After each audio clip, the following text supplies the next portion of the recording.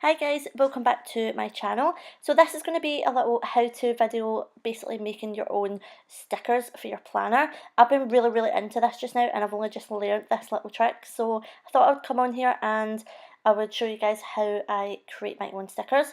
So today we're just going to learn how to do full boxes and ombre boxes, and as you can see here I've just clicked on that little square and that's just helped me map out a little square. Now I'm just going to here to the scale button, and always make sure that this little padlock bit is actually unlocked, because that means that you can type in your own measurements.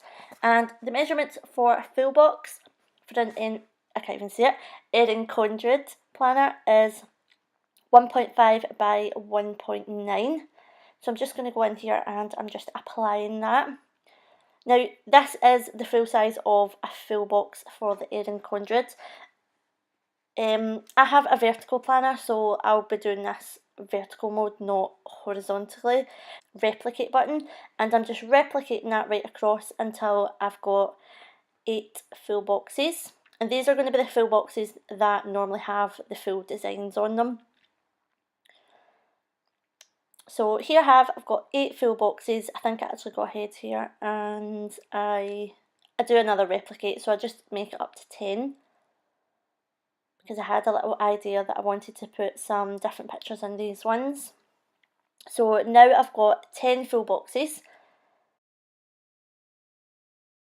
So all I'm going to do now is I'm just clicking on the box so that so the measurements are sort of highlighted here, and I'm going up to my library. You probably can't see that part, it's just above that bar up the top there, and it says library. You just click on that. These are all the images, by the way, that I've got from Google, so I do not own any copyright to any of these or anything. I've just quickly downloaded them from Google. And I've just clicked on this one. You will see it does bring up a new tab, but all you have to do is go back to the original tab that you were working on there, like this one, and you will see that it's actually inserted the picture into the correct box that was highlighted there. Then you can just go ahead and click this little fill button, and there's an advanced options bit at the bottom here, and this is where you can play about with the scale and the angle, and like you can just totally change it up to however you like it. If you like the pattern really big and bold, you can do that. If you like it really small, you can also do that as well. So this is where you would just play about with the settings and change the different designs for your boxes. Also, they do have this little pan, I think it's like pan pattern, and this is just where you can like move it around if there's a specific area that you want in that picture. So I'm happy with that box, so I'm just going to go ahead and I'm going to do the same with all the other boxes. Obviously you can do this any way that you like, you can pick any patterns that you like, you can even buy digital downloads, like digital papers. I'm actually going to be doing that as well, because I've seen some that are just absolutely beautiful. So again, I'm just doing the same, just inserting that into there. Again, you will see it has opened up its own tab, but once it has done that, you can just click that away and you've still got your pattern in your box there. So again, just come up to library, just filling out all these boxes so that I've got nice, even sort of patterns. Again, you can use any patterns that you want. I've just sort of went for a kind of Christmas theme here. Just going back to the original page that we're working on and just playing about with the scale and like the angle and stuff. Now what I'm doing here is there's that picture. I'm just Xing all that away because we don't need that, and the pictures are still in the full boxes that we want them to be in. So I'm basically just going to go ahead and I'm going to do the same with every single box here, just give it a different design and play about with the scale and the settings and stuff.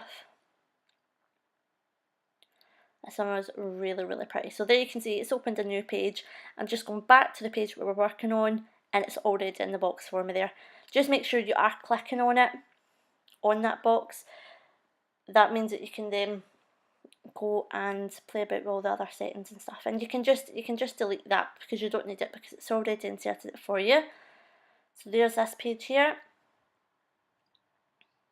As you can see, it's already inserted there. I'm just going to up the scale a little bit on this so that the glitter is a little bit more prominent.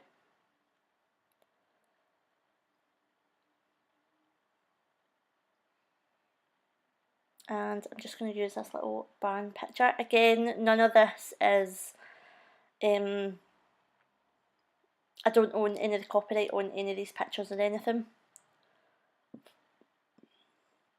I really wanted the main focus in this picture to be the little red barn, so I've just sort of scaled it so that the barn is the most seen bit in this picture.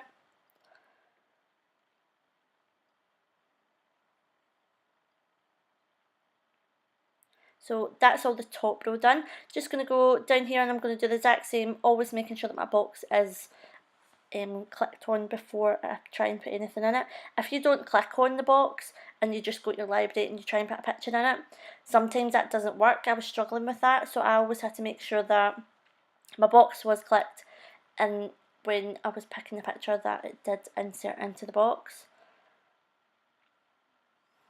I think I changed up the scale on this one a little bit just because the one beside it was quite patterned as well, so I wanted this to be a bigger pattern because the one beside it was quite small. Oh, actually I changed it up a little bit. I made it smaller. So we had these two patterns which I wasn't too keen about, but oh well, and I think I ended up changing this. Yeah, I did. I ended up changing this to a Merry Christmas sign. So there you go again, you can see it. It's opened itself in its own separate page, but you can just click that away because it will be on the page. It will be on the design page that you want it to be on. So it will go in there. Now with this picture, I was really trying to just get the Merry Christmas sign. So as you can see, again, I'm just playing about with the scale and I'm zooming in, zooming out, panning it about. That rhymed. And I'm just really trying to focus and get that Merry Christmas sign, because I feel like all the other ones didn't have very much writing on it, so I wanted like a little Merry Christmas sign here.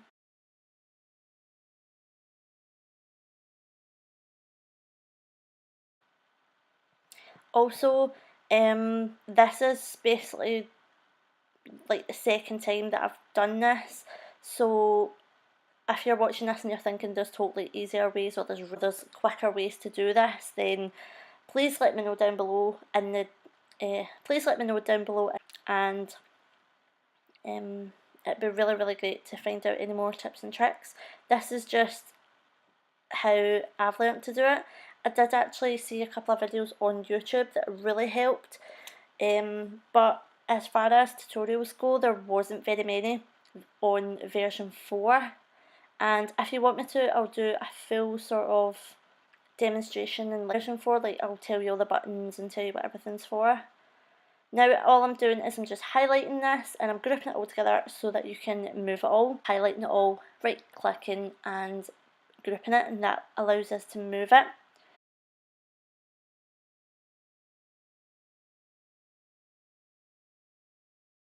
I think I'm just making the line settings different because some of it had, I think all of it basically had like black lines, so on some of the pictures it had more red designs. I just made the lines red for that, and then like this one was white, this one I've just changed to white. So basically that's just changing the line. If you want like a black line round about it, then you can do that. You can totally change it up to however you feel. So I'm just playing about with the line settings here. That is basically how you would do your full boxes.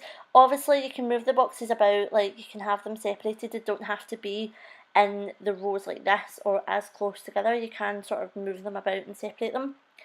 So I'm just going to go ahead and make this ombre box now. So as you can see, I'm just clicking on this square and I'm just drawing a little design here, basically just like a little square, and it would really help if I had a black line. So yeah, I'm basically just drawing a little square, clicking on this arrow because it gives me my arrow back. Then I'm just going up here to this scale button again and I'm going to type in the exact measurements for the headers. And with this one, we're going with 1.5 by 0.25, I think. Yeah. And I'm just hitting apply on that.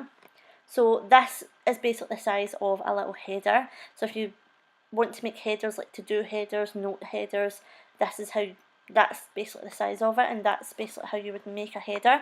But for me, I'm going to go ahead and I'm going to make an ombre box, so I'm just going to replicate these, and I do that a good few times.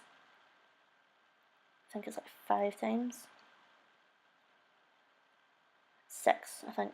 5 or 6. And what I'm doing now is I'm just going to do an ombre box like this. This is the easiest way that I've found so far.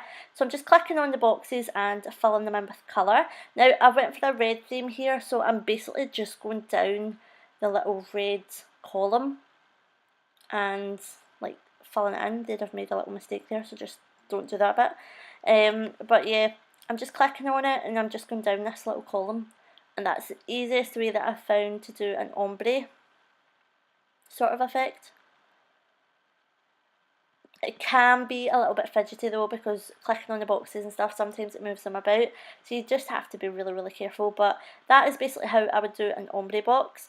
And with this sort of ombre style, you can also go ahead and use the transparency, the little transparency little bit, and basically that's just got that little arrow, and you can just go up and down and see how dark or light you actually want that box. So I'm just going to click on this and just show you what I mean. You can go up and down this little arrow bit, or you can just slide it across and it will change colour from dark to light. You can do it like that as well if you find that easier, but I just found it pretty simple just to go down the little column since I was using the colour red anyway. So now I'm just going to highlight this, and I'm going to do another one beside it. So all I'm going to do is just replicate that, and I've done that. So right, so now I've got 4 boxes, and I'm just going to go ahead now and I'm going to add some text. Now all I'm doing here is I'm just clicking on this little A button to the left hand side and the little A button to the right hand side, and I'm going to click on the box. Now this is where you can choose all your fonts and stuff. You can have whatever font that you want, but just for this tutorial I'm just doing the first one that is on. And I'm just typing in to do, then I'm just highlighting that, going up to this little box here, and this is the sizing, and I think I went with 16 or 18. And again, I'm just going to highlight that. I'm going to go back up to this little bit here, and this has got the fill colours. This is just a little quick bar that takes me to the fill colours. So I'm just going to make this white. I'm going to make the line white too, just so that you can see the writing more clearer. And I'm just going to put it in there. And that's basically how I would do a to-do box. Now you can totally change this up. You can have notes, days of the week, whatever. This is just me showing you how to do these little ombre boxes, if you do use these quite a lot. I do like these boxes, I think they're quite useful. I like to use 1 or 2 in my spreads just so that I know what I'm doing. So again, just going to go ahead, I'm going to make this note sign. Just going to highlight it, going to change size of it. I'm going to go up here and I'm just filling it in all white. Even the line as well, I'm making that white, just so that it's more noticeable. And there we go. There we've got a to do and a notes. And again here, you can go up here and you can use the duplicate button, which is at the top there, or you can just go back here and use the replicate button. They both do the same thing really. So the replicate has a few more options. So yeah, I'm just making another note, so I'm just putting that along there. I'm going to do the same with the to do, replicating that, and I'm just putting that in there. So I've got 2 to-do boxes and I've got 2 note boxes, and again you can separate this however you feel. Keep it all like one piece the way it is. Now I'm just going to go ahead and I'm holding down shift and I'm making this little circle, and I'm just going to do like little bullet points. I'm just moving this up and just doing like little bullet points here. Would help if I put a bit of colour on it. Just going to make these ones white, just like that. and that's the little bullet points that you can put down. You can do it without bullet points, however you feel. You could go even more fancy and do like little love hearts or whatever. But this is just a basic tutorial, like a very, very, very basic. And that is basically how you just do the little bullet points. Again, I think I'm like just I can't even say that word. I'm just duplicating the little points and I'm just putting them across. You can do it all the way down, all the way across, however you feel. I'm just showing you how to do them. That's the easiest way that I've found to do them. And that is your little boxes there.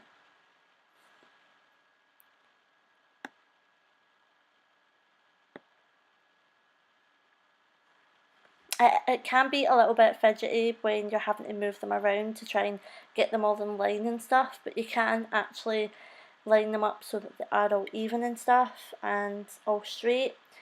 Again, I'm just going down here just to show you what it would look like if the full box had little points. Again, I'm just hitting the replicate button there, and it's basically doing it all for me. All I'm having to do is move it down so that it looks like that, and you can do that with every single box. That's just me showing you one on the to-do one of what it would look like. So I hope this little sort of how-to video has helped anyone. I did notice there wasn't a lot of tutorials on the Silhouette version 4, so I hope this has kind of helped anyone who has went and updated, or any sort of newbies like myself, because I did really struggle to find any sort of good tutorials. I will link a few down below from people that I found, but hopefully this helps you. All I'm doing now is I think I'm just going up and I'm just saving that. Again, you can just close all the other pages down, but don't close the page down that you're on. But yeah, thank you very much for watching this, guys. If you did find it helpful, please let me know in the comments down below. All I'm going ahead and doing now is I'm just going to save this. I'm going to do other parts to this where I'm going to do like flags and weekend banners and all sorts of different stuff. If it is anything that you want to learn, just let me know in the comments down below. But thank you very much for watching this, and I shall see you guys in my next video. Bye.